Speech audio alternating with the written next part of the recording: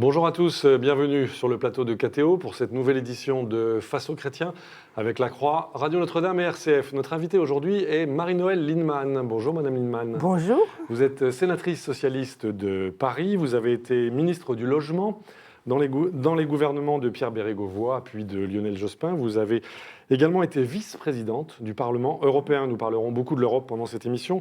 Aujourd'hui, vous vous situez très clairement à la gauche du Parti socialiste. Vous êtes très clairement opposé à François Hollande, mais vous n'aimez pas le mot de frondeuse, vous préférez celui de résistante et peut-être de bâtisseuse. Absolument. Nous verrons ça tout à l'heure. En tout cas, vous êtes candidate à la primaire de la gauche, puis peut-être, nous le verrons, à l'élection présidentielle. Votre dernier livre s'intitule « Merci pour ce changement », avec un point d'exclamation, un titre légèrement ironique. Il a été publié aux éditions du Moment, et je dis qu'il est ironique car c'est avant tout un réquisitoire sévère contre la politique du gouvernement. Vous serez interrogé dans cette édition de Face aux chrétiens par Corinne Laurent pour La Croix, Bonjour. par Louis Dauphren pour Radio Notre-Dame. Bonjour. Et par Benjamin Rosier pour RCF. Bonjour. C'est Corinne Laurent qui vous pose la première question pour La Croix. Oui, les syndicats qui contestent la loi travail sont autorisés à manifester. Comment avez-vous jugé le gouvernement dans cette discussion pour autoriser la manifestation? Intransigeance D'abord pour l'interdire, puis Oui, pour oui. l'autoriser. On n'a pas bien compris. Intransigeance ou faiblesse? Non, moi je pense que c'est du grand n'importe quoi quand même. C'est très angoissant de voir qu'on a un gouvernement qui n'est pas capable de travailler avec les organisations pour que le droit de manifester, qui est quand même dans un pays comme la France, enfin je veux dire quelque chose de très, j'allais dire charnellement ressenti au-delà de la devise de la liberté et de notre Constitution, qu'on soit incapable de dialoguer sur comment on organise et les forces de l'ordre et le rassemblement et la manifestation pour éviter qu'on soit... Alors, il y a, disons, souvent eu des risques de casseurs, mais quand c'est répétitif et aussi grave, là, il faut prendre des mesures techniques, de bien organiser les forces de l'ordre, bien coordonner les informations entre ceux qui sont dans le cortège et dehors. Oui, Bref, il y a eu des mesures. Pourquoi les casseurs n'ont pas déjà été arrêtés du reste? Oui, enfin arrêter, d'abord je ne sais pas, mais comment on a pu si longtemps les laisser agir sans que manifestement les ordres aient été donnés. Mais moi ce que je veux dire c'est que cet esprit de dialogue, c'est pas simplement pour la manifestation qui manque. Quand on a une loi qui est censée être sur le dialogue social, je rappelle que le sujet c'est renforcer le dialogue social pour améliorer notre capacité à affronter les défis de demain. Que ce n'est qu'un dialogue de sourds où le gouvernement ne veut, sous prétexte d'une espèce de, j'allais dire, de surplus de testostérone des fois, c'est-à-dire dire oui, je veux pas reculer. À Manuel Valls, ça. Ouais, un peu, mais bon. Je pense que cette idée de on va reculer, mais quel est le problème? Le problème, c'est l'avenir du pays. C'est comment, dans une forme de sérénité. Alors moi, je ne suis pas d'accord avec beaucoup notamment, je suis assez d'accord avec les syndicats, Force ouvrière ou la CGT. Mais comme on n'est pas capable de trouver des compromis, et qu'en tout cas, la zone de désaccord ne reste pas aussi béante. C'est d'autant plus grave que, historiquement, la gauche... Alors moi, j'ai recherché tous les textes du PS. Je ne connais pas un texte du PS où on remet en cause la hiérarchie des normes. La hiérarchie des normes. Par exemple, donc c'est une révolution dans votre... Voilà, cette espèce de peur, à juste titre à mon avis, mais qui est des modifications du Code du travail par entreprise et que finalement on déroule la pelote d'un dumping social, on ne peut pas faire comme s'il n'existe pas, qu'on faisait 70% des Français qui sont défavorables, vous êtes obligé de passer au 49.3, que la majorité des syndicats, parce que je rappelle que la CGC, CFE-CGC n'est pas d'accord avec beaucoup de points de cette loi, qu'ensuite la CGT est faux, et que même sur certains points comme le référendum dans l'entreprise, l'UNSA est contre. Alors, au bout d'un moment, voilà, moi, ça fait un bon moment que je dis, on pourrait garder ce qu'il y a dans cette loi, qui sans faire consensus donne quand même un large accord, et renégocier, parce que les partenaires sociaux, ils ne peuvent pas être géniaux dans l'entreprise et nuls au niveau national. Benjamin Rosier, RCF. Pour revenir sur la manifestation d'aujourd'hui, est-ce que c'est quand même totalement infondé de réfléchir à une interdiction de manifester alors que finalement le droit à l'intégrité, par exemple physique des personnes, des biens, c'est aussi un droit fondamental de notre République. On a vu les dernières violences sur l'hôpital Necker. Voilà, est-ce que c'est totalement infondé d'y avoir réfléchi? Marie-Noëlle Lienemann. C'est-à-dire, réfléchir, c'est une chose, l'annoncer en public à la radio, c'en est une autre. Discuter avec les organisateurs en disant, écoutez, est-ce qu'on est vraiment en situation de pouvoir arrêter ça. D'abord, si on ne l'est pas, c'est grave quand même sur l'état de notre système. Mais on peut dire avec l'état d'urgence, etc. Bon, moi, je pense que la première des choses, c'est de dialoguer au fond, parce que ça crisperait moins la nécessité de faire des manifestations régulièrement aux yeux des organisations syndicales.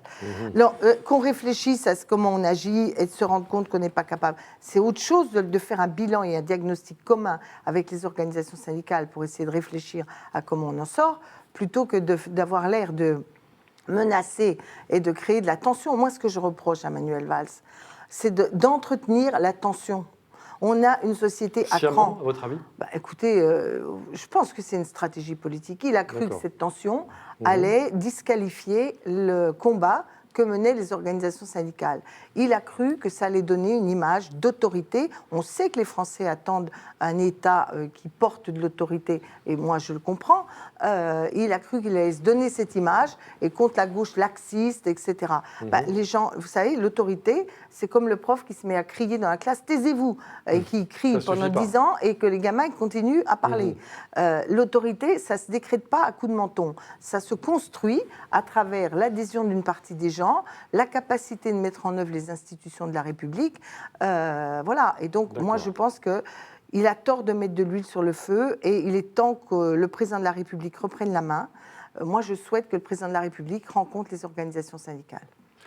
Louis Dauphren, Radio Notre-Dame. Est-ce que vous soupçonnez le gouvernement d'avoir laissé volontairement déraper des manifestations pour discréditer justement la CGT, la rendre impopulaire?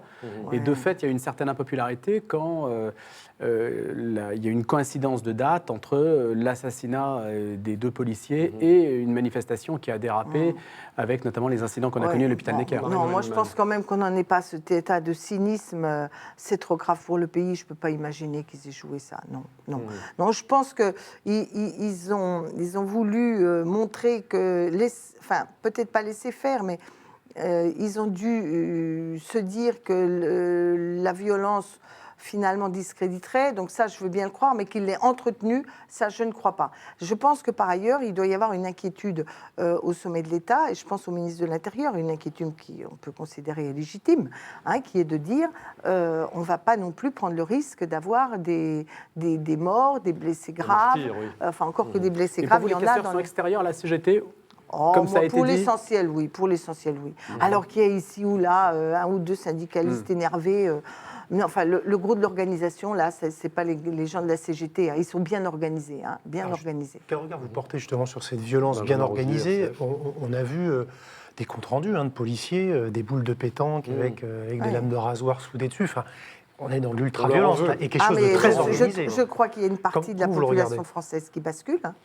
Française ou étrangère, d'ailleurs, parce qu'il y a des connexions avec les autres Européens, qui basculent dans une forme de nihilisme, qui prend d'ailleurs des formes différentes, selon les uns ou les autres, et que ça, c'est gravissime.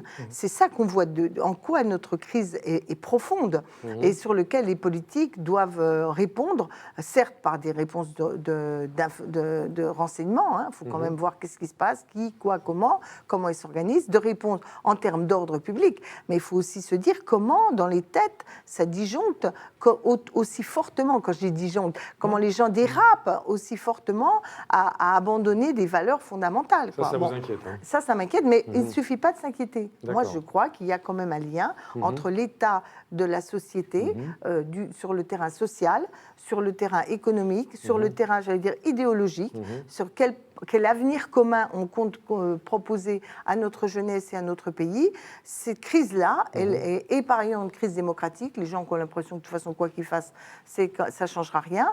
Ce sont ces crises qu'en 2017 doivent être au cœur du débat politique et comment on les résout et pas comment on les entretient pour les renforcer. Corinne Laurent-Lacroix. Après ce que vous dites sur Manuel Valls, est-ce que vous ne pensez pas que finalement le président de la République devrait changer de Premier ministre, peut-être pour apaiser les débats? Chez moi, c'est récurrent. Depuis le début, je pense qu'il n'a pas fait le bon choix. À chaque fois qu'il y a eu des problèmes politiques, comme par exemple quand on a perdu les élections régionales, qui était quand même une alerte, avec quand même une montée du Front National à un niveau extrêmement important, de mon point de vue, ça exigeait immédiatement d'en tirer les conséquences et de changer et de chef du gouvernement et de réorienter sa politique. Bon, il ne l'a pas fait. C'est sûr qu'aujourd'hui, changer de Premier ministre, ça ressemble plus à du sauf qui peut qu'à de la réorientation. Mais enfin, ça vaut quand même mieux le sauf qui peut que de s'enfoncer dans des dérives qui, à mon avis, nous emmèneront dans l'impasse. Louis Dauphren, Radio Notre-Dame. Mais est-ce qu'il n'y a pas une responsabilité de la gauche quand même? Parce que vous parlez du dialogue de sourds, mais est-ce que la question de fond, ce n'est pas la faible représentativité des syndicats, qui sont des syndicats quand même rentiers, financés par l'État, plus que par des cotisants, qui ont intérêt finalement à être dans une logique minoritaire, parce que ça donne une marge de manœuvre beaucoup plus importante? La gauche a été incapable de développer un syndicalisme à l'allemande beaucoup plus responsable, en réalité. De gestion. Alors, Et ça, on ça fait rêve la- toujours en les fait, ça fait la- syndicalistes qu'on n'a Alors, pas. Oui, mais ça fait le jeu du patronat Attendez, d'une certaine attendez. façon. Alors, Je Marine comprends Wellingman. bien ça, et je vous dis toujours, on veut toujours les syndicats qu'on n'a pas. oui, La mais raison, enfin- je vais vous donner un exemple. D'abord, la France, la plupart des syndicats sont des syndicats uniques, d'accord? Par grande branche. Vous n'avez pas la diversité syndicale qu'on a en France. Mais c'est un peu la même chose pour les grands partis. Hein. Vous avez un grand parti de droite, un grand parti de gauche. C'est-à-dire, dans les autres pays, vous n'avez pas la structuration des tribus gauloises dont nous avons hérité avec les clubs de la Révolution française, qui fait que et notre vie politique, et notre vie associative, et notre vie syndicale sont fondées sur le pluralisme, et parfois à l'excès. Sur les tribus Bon. gauloises, c'est ça. Non, mais je dis ça parce que Historiquement. les syndicats Oui. forts sont souvent des syndicats uniques. Je ne sais pas si les Français adhèrent à ça. Deuxièmement, le taux de syndicalisation dépend de ce que vous donne le syndicat.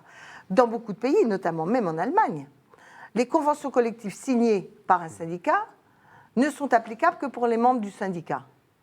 Donc évidemment, comme nous en France, on n'a pas cette culture, une convention collective, quand elle est signée et qu'on considère qu'elle est d'intérêt général et pas local, elle est étendue. C'est-à-dire qu'elle s'applique à tous les gens de la branche. D'accord ? Même Vous s'ils ne n'avez sont pas, pas même syndiqués. s'ils ne sont pas syndiqués. Oui.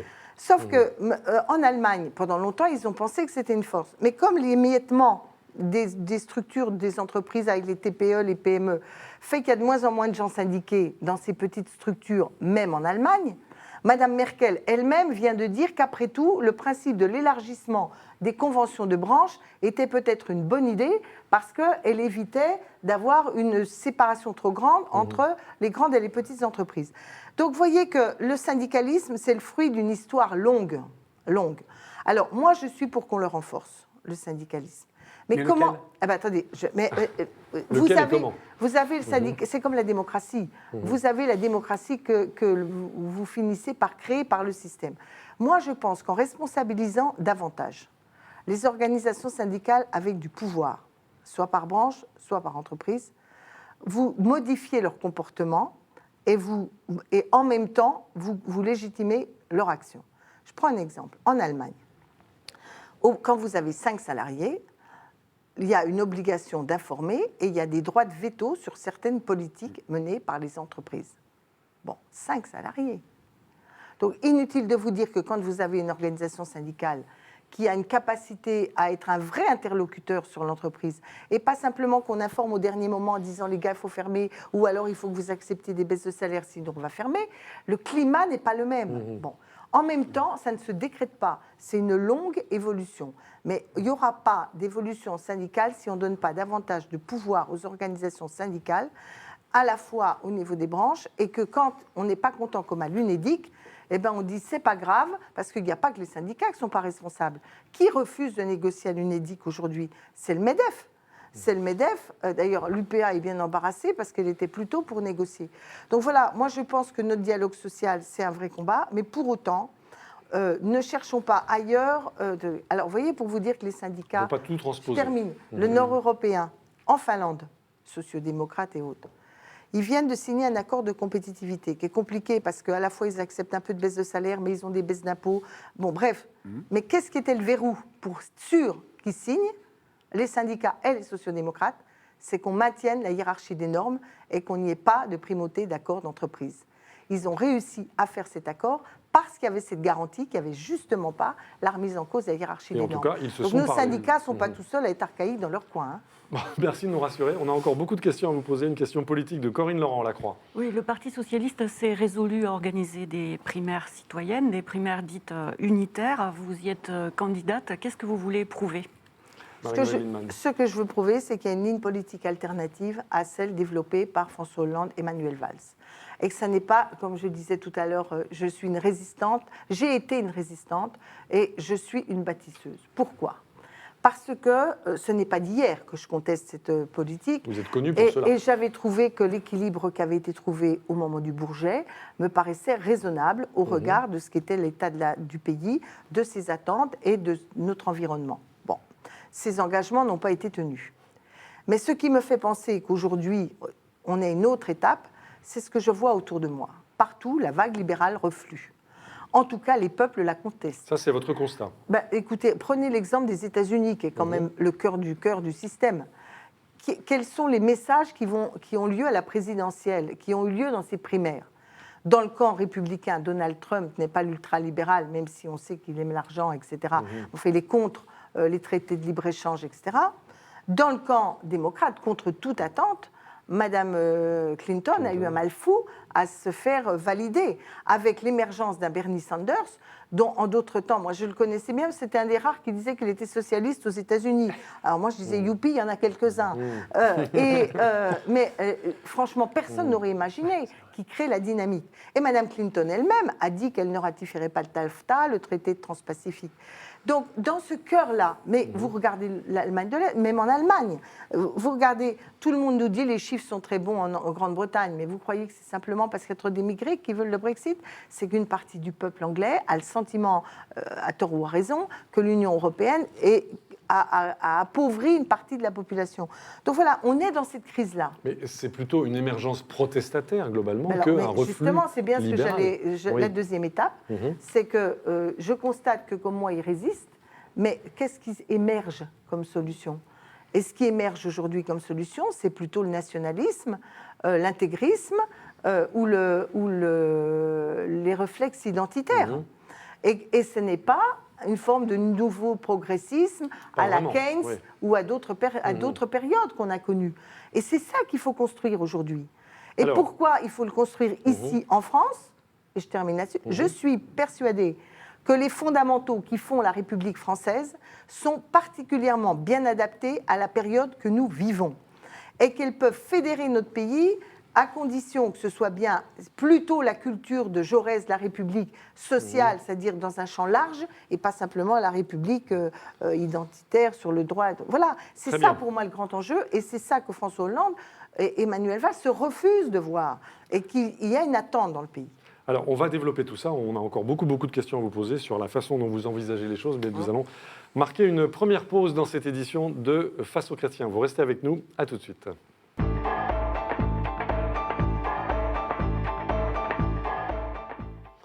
Retour sur le plateau de KTO pour cette édition de Face aux chrétiens. Notre invitée aujourd'hui, Marie-Noëlle Lienemann, sénatrice socialiste de Paris et opposée, très opposée, on l'a entendu, à François Hollande et surtout à Manuel Valls. Elle est interrogée dans cette édition de Face aux chrétiens par Corinne Laurent pour La Croix, Louis Dauphren pour Radio Notre-Dame et Benjamin Rosier pour RCF. C'est Louis Dauphren qui pose la première question. Alors, vous nous parlez de Jean Jaurès, mais aujourd'hui, on aurait presque envie de dire que c'est plus Marine Le Pen qui incarne ce courant de Jean Jaurès, parce que le virage libéral de la gauche date quand même des années 80, et puis la focalisation sur les minorités de tout genre qu'on exploite électoralement, ce qui est contraire quand même à l'idée de l'unicité de la République, c'est quand même une position que la gauche a adoptée et validée. Marie-Noëlle Lienemann. Non, ça, c'est ce qu'une partie de la droite veut faire croire. On n'est pas du tout rentré dans la logique, par exemple, des démocrates américains avec du communautarisme politique. Et il ne vous a pas échappé que l'attachement, par exemple, de la gauche française à la laïcité, qui est entre nous, soit dit... Terra Nova, c'est ça quand même. Non, mais attendez, Terra Nova, c'est quand même pas ça. C'est en tout cas la tentation qu'elle peut avoir. C'est quand même pas... Oui, c'est un think tank proche du Parti socialiste, qui a d'ailleurs, les 3/4 des membres n'en sont pas proches. Disons, c'est un think tank néolibéral. Ce que vous êtes en train de dire, c'est est-ce que le néolibéralisme et la pensée néolibérale est devenue la dominante. Donc, à partir de là, ça a nourri Marine Le Pen. D'abord, je veux dire que Marine Le Pen et la République, il y a quand même beaucoup de chemin à faire parce que jusqu'à dernière nouvelle, jamais dans la République, on considère que le rejet de l'étranger, la stigmatisation de l'immigré a été une valeur républicaine. Je ne veux pas m'étaler sur toute l'histoire. Certes, mais elle risque d'arriver en tête au premier tour. Je ne dis pas, je vous ai dit la première que je pensais que c'était le danger, puisque quand il n'y a pas de d'issue politique et de propositions de projets de société qui correspond à la phase qui est nouvelle après la résistance, qu'est-ce qu'on se construit, c'est ça l'enjeu de la présidentielle pour moi. Reste que sur ces minorités, sur la question de la laïcité, moi je ne crois pas que Terra Nova soit majoritaire dans le Parti socialiste et la gauche française. En tout cas dans l'électorat socialiste. Parce qu'évidemment maintenant, quand vous prenez socialiste, il y en a plus dehors que dedans. Hein. Donc ceux qui restent dedans ont tendance à être plutôt poussés par une adhésion à ces thèses-là. Mais il en reste beaucoup. La preuve, lors de notre dernier congrès, la direction du PS n'a fait que 60%, avec Martine Aubry dans la majorité, dont chacun sait qu'elle n'est quand même pas dans la thématique de Terra Nova. Donc, au sein même du Parti socialiste, c'est caricatural de dire cela. Reste que cette ligne politique-là, qui était une ligne néolibérale, est celle qui nous emmène dans l'impasse et dans le discrédit dans lequel nous sommes. J'y ai toujours résisté.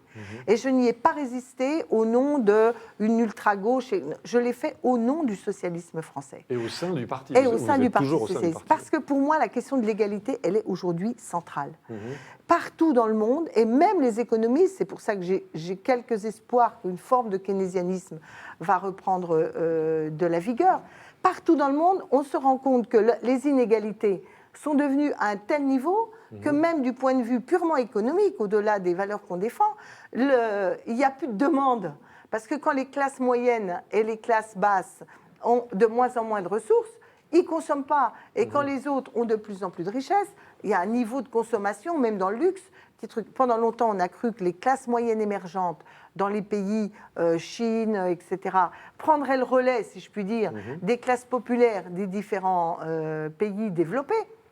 On se rend compte que ça ne marche pas parce que là aussi, le défaut de redistribution ne constitue pas un levier collectif. C'est redistribution. Redistribution du pouvoir, du savoir, des richesses. Mais quand il y a pour plus moi, mais il y a de l'argent. Mais on est déjà un système hyper redistributif, avec plus de la moitié de la richesse nationale qui est déjà redistribuée autoritairement. Non. Une large partie de la richesse nationale s'évapore. D'accord ? Il ne vous a pas échappé que plus le capital est bien rémunéré, et que le travail l'est moins. Plus vous avez des mécanismes qui sont et que notre capital est de moins en moins national, soit parce qu'on a privatisé, alors que notre culture était quand même d'avoir du capital nationalisé, au moins pour une part. Notre capital est de plus en plus étranger, donc notre valeur ajoutée, elle part pour une part dans la grande sphère des multinationales et de la mondialisation. Et vous étiez au gouvernement quand ça s'est fait, hein ? Attendez, non, je n'étais pas là quand on a fait la libéralisation des capitaux. Mais indépendamment de ça, non, mais si vous voulez me dire que les politiques qu'on a suivies depuis les années 90, qui ont été d'abord des politiques de résistance molle au libéralisme de Mme Thatcher, et qu'ensuite, quand on a laissé faire Tony Blair et Gerhard Schröder en Europe, en validant tous les traités, sans créer de rapport de force, ce que les Anglais ont fait, mais pour leurs idées à eux, qui sont antagonistes, en tout cas avec celles que je propose, sur le grand marché, etc. Et donc, si vous voulez me faire dire ça, oui, moi j'ai voté contre le traité d'Amsterdam et depuis j'ai voté contre tous les traités. Donc, il n'y en a pas beaucoup dans la classe politique qui ont eu ce courage quand on me disait « mais non, tu ne veux pas voir ». Alors, je suis une Européenne convaincue. Vous l'avez dit, j'ai été vice-présidente du Parlement européen. Je crois fondamentalement à ce beau pari, notamment parce que je suis française. Notamment parce que je suis républicaine. Parce que dans la République, ce qui fait que c'est un idéal puissant, c'est pas simplement qu'entre nous, liberté, égalité, des valeurs, la souveraineté du peuple par rapport à des lois divines, qu'elles soient de Dieu, que je crois en Dieu, mais c'est pas lui de faire l'organisation de la société, et des lois du marché, des lois de je ne sais quoi. Je crois à la souveraineté. Mais surtout, notre République, historiquement, elle est universaliste. Alors, elle peut dériver vers une forme de prétention coloniale qu'on sait mieux que tout le monde. Mais c'est quand même, parce qu'on a appris aussi de l'histoire, qu'il faut faire attention à cela et que c'est contraire à nos idéaux. Mais l'idée qu'on partage le monde on a en commun le monde. Et ça, c'est l'Europe. Et pour moi, l'Europe, c'était ça. C'était la nouvelle étape vers ça. Et non pas pour dire aux autres, faites comme nous en France, mais construisons sans nier notre identité française. Sauf que les Anglais veulent sortir de l'Europe précisément pour cet argument qu'ils partagent le monde eux aussi et qu'ils ne veulent pas être corsetés dans l'Europe. Mais on en reparlera après. Je vais vous dire, moi je respecte un peuple qui décide de ce qu'il veut faire pour l'avenir. Voilà, vous les respectez. Benjamin Rosière, CFE. Alors, si on vous entend, Manuel Valls, François Hollande, c'est simplement une parenthèse dans l'histoire du socialisme français où on est à la veille d'une refondation idéologique et j'ai envie de dire plus largement à gauche. Oui, je pense que ce n'est pas simplement une parenthèse, parce qu'on peut dire qu'on est à l'aboutissement d'un certain rapport de force qui a été plutôt dominant dans les thèses que vous indiquez de Terra Nova, même si à chaque élection, comme le peuple français et le peuple de gauche n'est pas sur cette ligne politique, à chaque élection, c'est un autre récit, un autre discours qui est tenu. Le discours du Bourget, ce n'est pas le discours de Terra Nova. Et donc, c'est aussi cela qui fait qu'il y a une crise profonde de la gauche, c'est le décalage entre l'aspiration de son peuple et le truc. On l'a vu dès le référendum constitutionnel. L'essentiel du peuple de gauche, la majorité des Français, mais l'essentiel du peuple de gauche, a voté non au projet constitutionnel. Et beaucoup de l'encadrement politique du Parti socialiste, en tout cas de ses dirigeants à l'époque, nous appelaient à voter oui comme un seul homme. En fait, il est réactif. Donc il y a un divorce. Alors, Corinne Laurent, Non. la Croix. C'est un peu... Non, le peuple de gauche, il n'est pas réac, il est résistant. Neumann. Il est résistant à des évolutions qui sont contraires à ses intérêts. Qui peut dire aujourd'hui que les évolutions qui ont eu lieu sont favorables et à la France et au peuple français? Mais il y a le risque d'être taxé de réac si vous n'allez pas dans le sens de l'histoire que représente mais cette le logique sens de l'histoire, néolibérale. alors ça c'est une autre idée Non, que mais moi c'est- je réfute quand non. on est républicain. Il n'y a pas d'histoire écrite par avance. Merci de Les nous peuples, rassurer. oui, vous savez, s'il n'y aurait pas eu de Gaulle, le sens de l'histoire, ce n'était pas celui d'une France autonome qui résiste. Oui. Hein. Corinne Laurent, la Croix. Comment peut s'organiser cet espace qui est à la gauche du Parti socialiste et à l'extérieur, à la gauche du PS, parce que finalement vous êtes assez nombreux à penser qu'il y a une alternative, Arnaud Montebourg, Benoît Hamon, Jean-Luc Mélenchon. et Jean-Luc Mélenchon que vous connaissez bien puisque vous avez Peut-être été des Nicolas Hulot. élus de l'Essonne. Il y a beaucoup de monde. Hein. Quelle est la perspective comment allez-vous vous accorder Qui va tous incarner tout cela? Alors, Marie-Noëlle Lienemann. Première des choses, on a gagné une bataille qui est celle des primaires. Parce que tout a été fait pour nous expliquer qu'il y avait un candidat naturel, circulé, il n'y a rien à voir, 2017, contre l'épouvantail Marine Le Pen, qui est par ailleurs un épouvantail, enfin je veux dire, que je conteste, mais il servait de paravent à l'absence de débat sur qu'est-ce que la gauche française a présenté au peuple français et à la France. Donc nous avons permis que ce débat s'ouvre. Vous avez été surprise quand même. Ah ben moi, j'étais De la une des décision. rares qui disait toujours qu'il Oui. ne pourra pas y échapper. Mais bon, D'accord. Tout le monde croit François toujours que...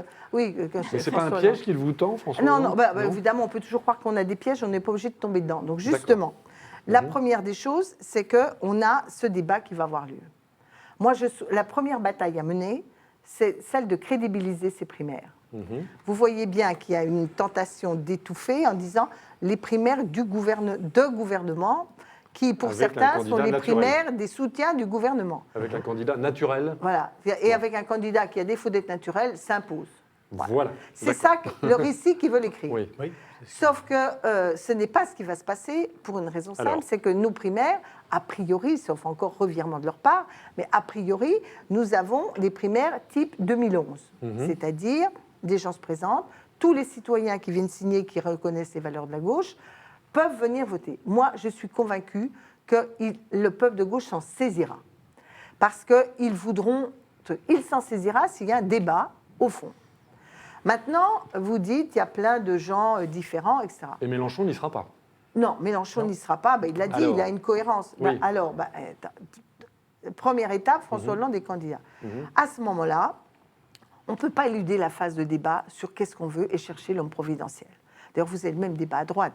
Peuvent toujours chercher l'homme providentiel. Il n'y en a aucun qui s'impose spontanément. Il y en a un qui gagnera. Mais il y en a... Donc d'ailleurs, première constatation, la Ve République est mortifère et, à mon avis, à bout de souffle et exigera des changements institutionnels dans le prochain quinquennat. Mais il n'y a donc pas d'homme providentiel. Donc il ne faut pas faire non plus l'erreur de penser qu'on joue qu'un coup de tactique. Il faut que ces primaires soient vraiment le moment où il y ait des choix de fond.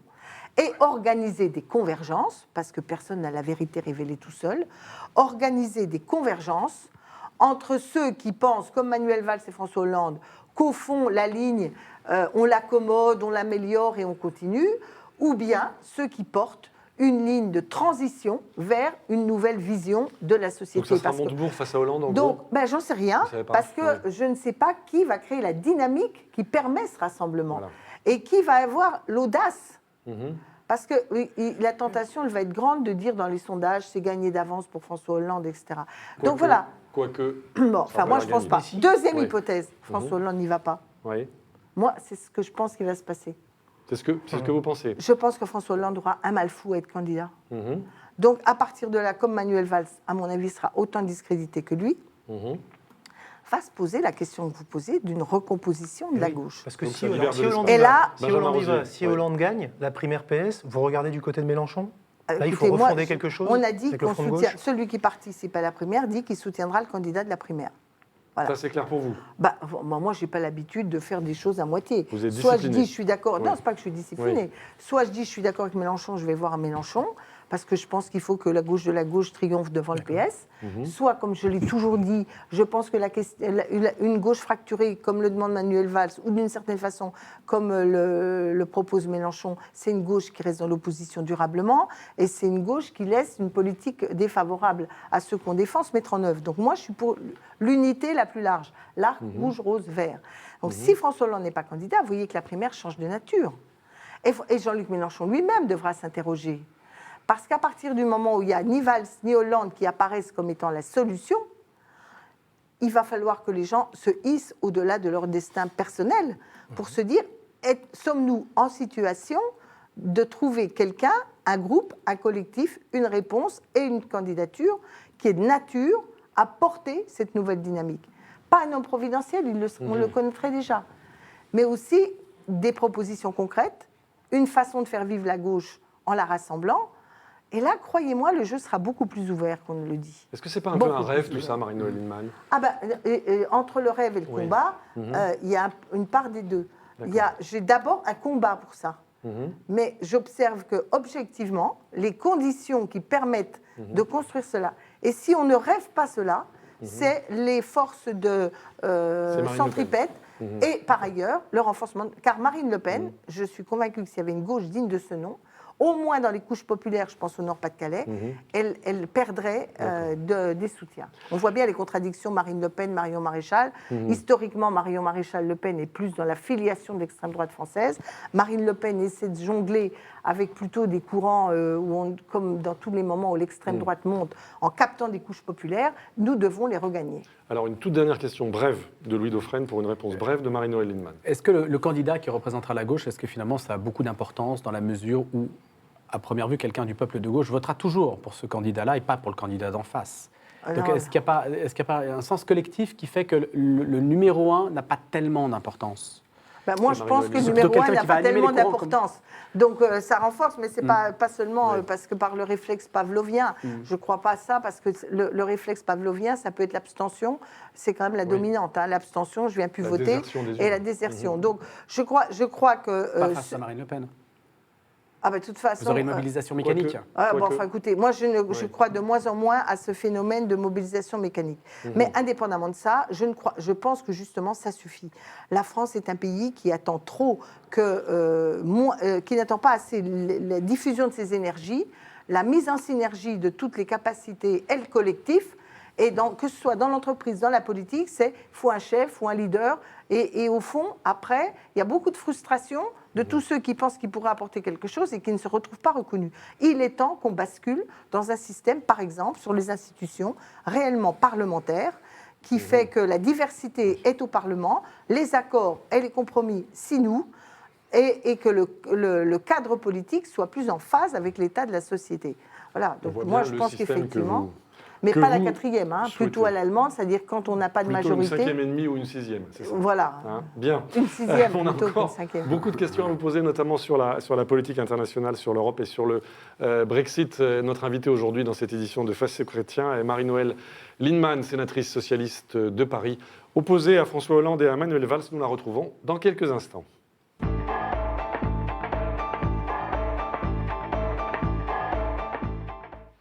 Retour sur le plateau de KTO pour cette édition de Face aux chrétiens. Notre invitée aujourd'hui, Marie-Noëlle Lienemann, sénatrice socialiste de Paris, opposée à François Hollande et à la politique menée par Manuel Valls. Elle est interrogée par Corinne Laurent pour La Croix, par Louis Dauphren pour Radio Notre-Dame et par Benjamin Rosier pour RCF. C'est Benjamin Rosier qui pose la première question. Est-ce que vous estimez que les pro-Brexit, finalement, souhaitent quitter l'Europe d'abord pour de mauvaises raisons, et je pense à la question de l'immigration? Non, je pense que c'est un long cheminement. Il y a deux mécaniques. Politiquement, le peuple anglais a quand même plutôt fait des choix qui étaient des choix libéraux et qui n'aiment pas qu'il y ait de la régulation, même que moi je trouve tellement infime et bureaucratique, ça c'est clair, à Bruxelles, qui viennent empêcher leur dynamique libérale. Mais je pense aussi que l'état de la société anglaise, parce que c'est derrière les chiffres, taux de chômage, il y a le nombre de salariés pauvres.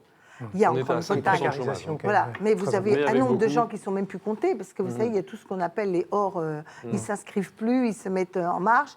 Il y a les travailleurs pauvres, c'est-à-dire ils ne sont pas au chômage, mais ils n'arrivent pas à vivre de leur travail. C'est d'ailleurs pour moi la grande faillite de l'Europe et la grande menace en France.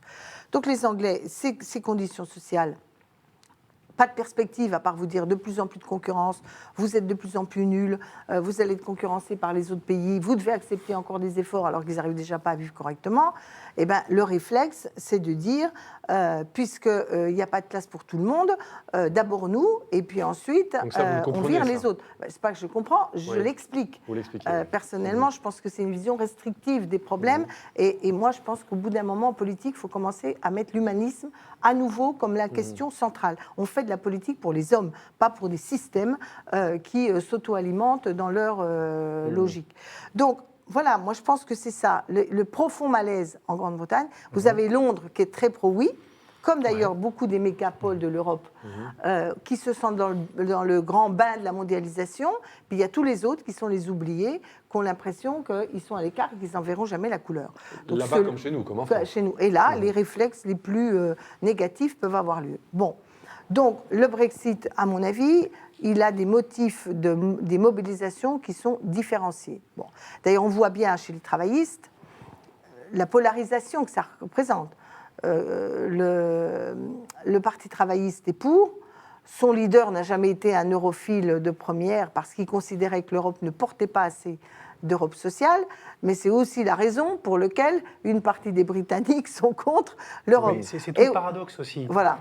Derrière, c'est la volonté d'un paradigme qui change, économique et social. Mais là, pour les travaillistes, c'est quand même l'idée que si la Grande-Bretagne est isolée et dans la mondialisation seule, le mécanisme de grand marché, de dérégulation, risque de s'opérer sans qu'il y ait les freins que l'Union européenne apporte aujourd'hui.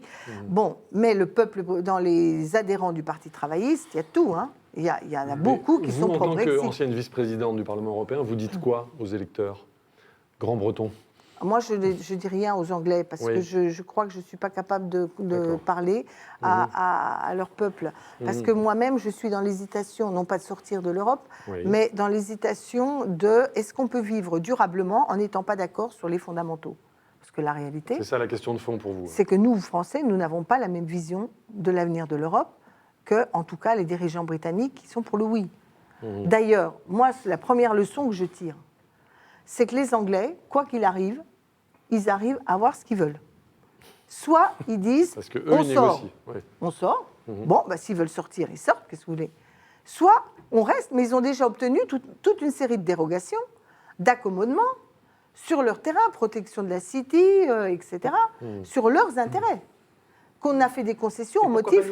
On sent une pointe de jalousie. Et pourquoi pas nous ? Vous ne dites pas que la classe politique française est franchement médiocre à côté de la je classe politique anglaise. Clairement, quand même. Je le dis très clairement, ce n'est pas médiocre par rapport aux Anglais. Je dis ils ont renoncé à défendre l'intérêt national. Ils sont contaminés par un néolibéralisme honteux. C'est-à-dire, ils savent que notre peuple ne l'est pas. Ils essaient de faire passer une idéologie et des visions que notre peuple n'accepterait pas. Et ils essaient d'utiliser l'Europe pour nous faire accepter ces choses-là. Et les gens n'en veulent pas. Voilà. Donc oui, je fais mon livre en parle très longuement, il y a une faillite des élites françaises. Ça, c'est clair. Et surtout, il y a un renoncement à la tradition républicaine et à défendre la singularité française, pas l'isolement français, la singularité française. Car s'il n'y a pas l'apport dans la construction européenne d'une certaine vision équilibrée entre la tradition allemande, ses visions culturelles, et la tradition française, ça se finira mal. Voilà. Donc moi, je plaide pour un rapport de force. C'était aussi pourquoi j'étais pour qu'on ne ratifie pas le TSCG, pour qu'on rediscute ces politiques d'austérité monolithiques Moi, je suis pour qu'on ait des convergences si on garde une monnaie commune. Mais ce n'est pas tous à la toise écrit dans les traités. C'est tous les 5 ans, on définit la feuille de route commune et comment chacun, au regard de ce qu'il est, de ce qu'il peut, de ce qu'il a besoin, prend sa part et converge. Par exemple, il n'est pas stupide de dire que tout le monde n'a pas les mêmes degrés de déficit en fonction des circonstances et de la période. Plus de souplesse. Et puis les parlements pourraient décider. Je propose un rapport de force sur la directive. Vous voyez, la première chose qu'on devrait faire après le Brexit, c'est dire moratoire sur la directive travailleurs détachés. La France, puisqu'ils ne veulent plus de règles sociales, que ce soit le Brexit ou pas le Brexit, puisqu'il y a un doute sur l'opportunité d'avoir des règles sociales, nous, on n'a pas de doute. On ne veut pas de l'Europe du dumping social. On ne veut pas pouvoir être condamné à Bruxelles parce qu'on met un SMIC pour les routiers, etc. Bon. Donc à partir de là, on dit stop, on arrête, moratoire, intérêt supérieur de la nation, 300 000 personnes, alors qu'on a plein de chômage.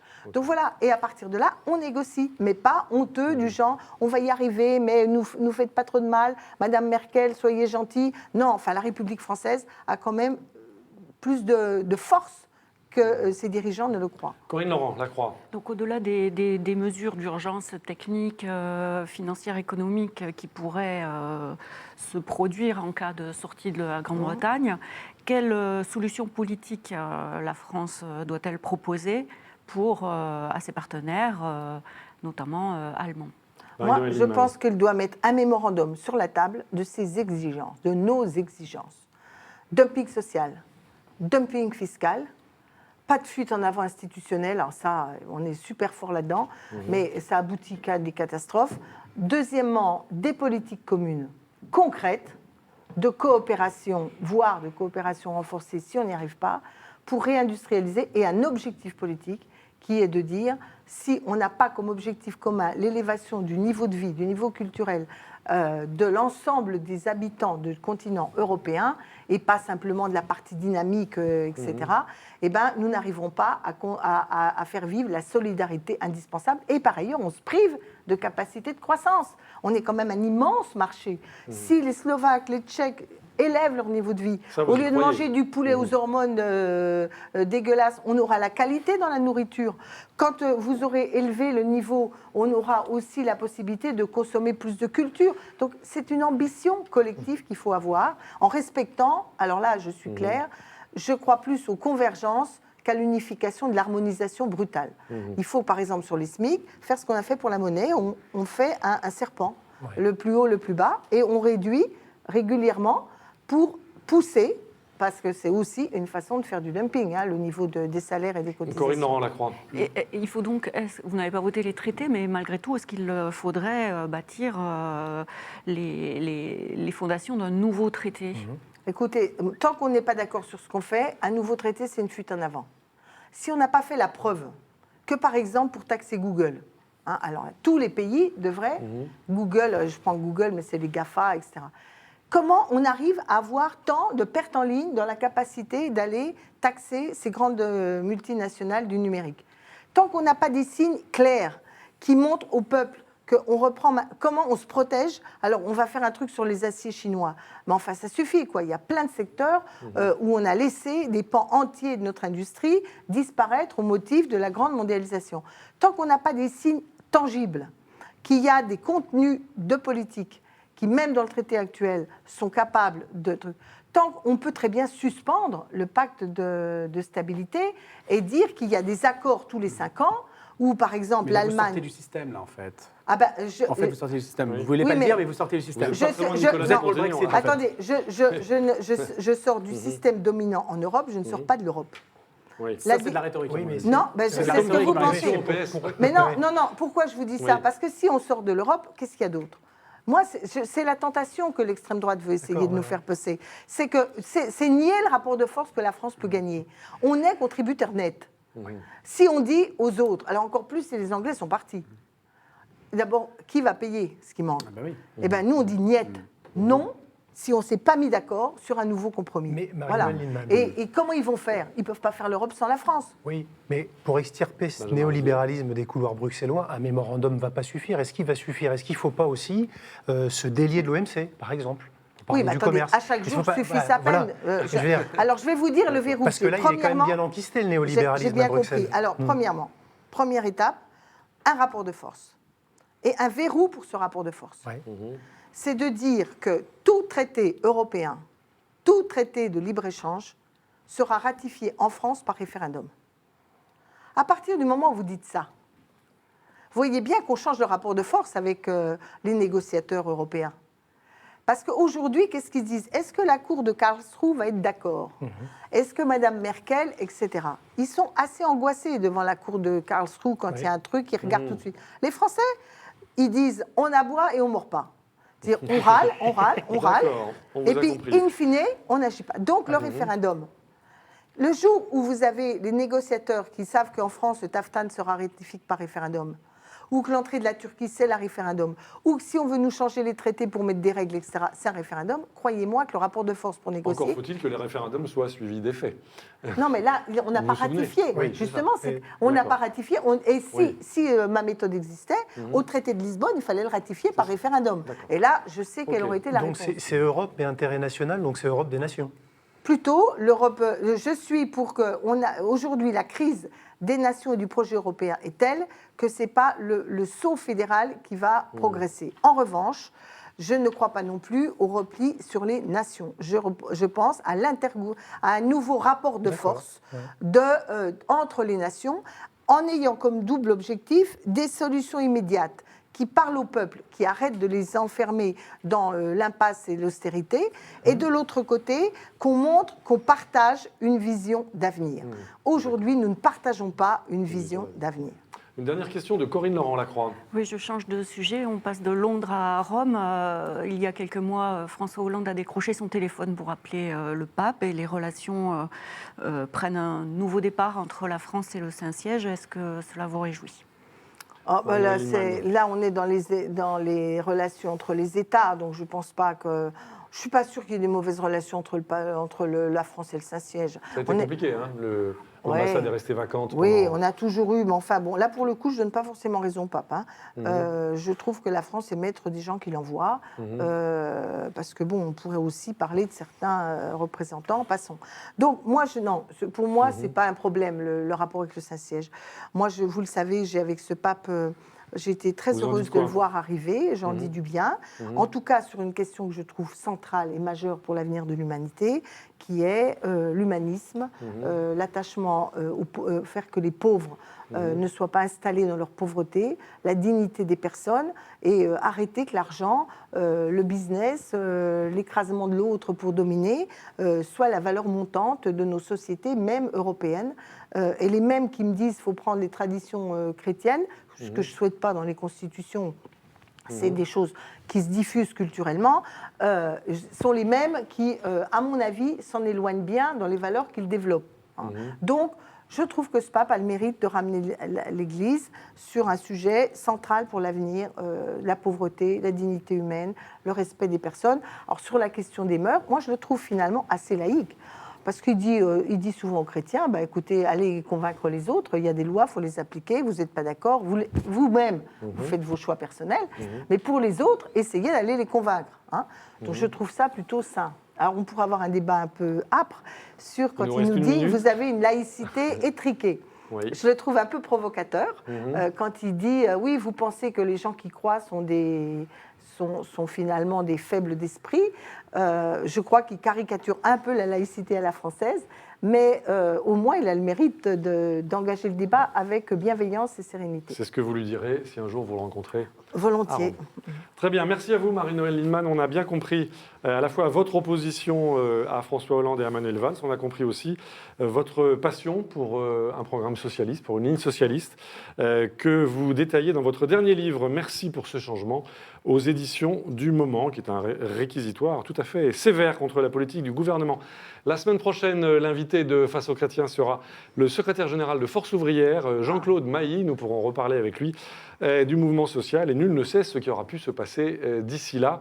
Merci à vous tous de votre fidélité. Vous pouvez retrouver cette édition et celles qui les ont précédées sur les sites respectifs de La Croix, de Radio Notre-Dame, de RCF. En tout cas, merci à vous de votre fidélité et à la semaine prochaine.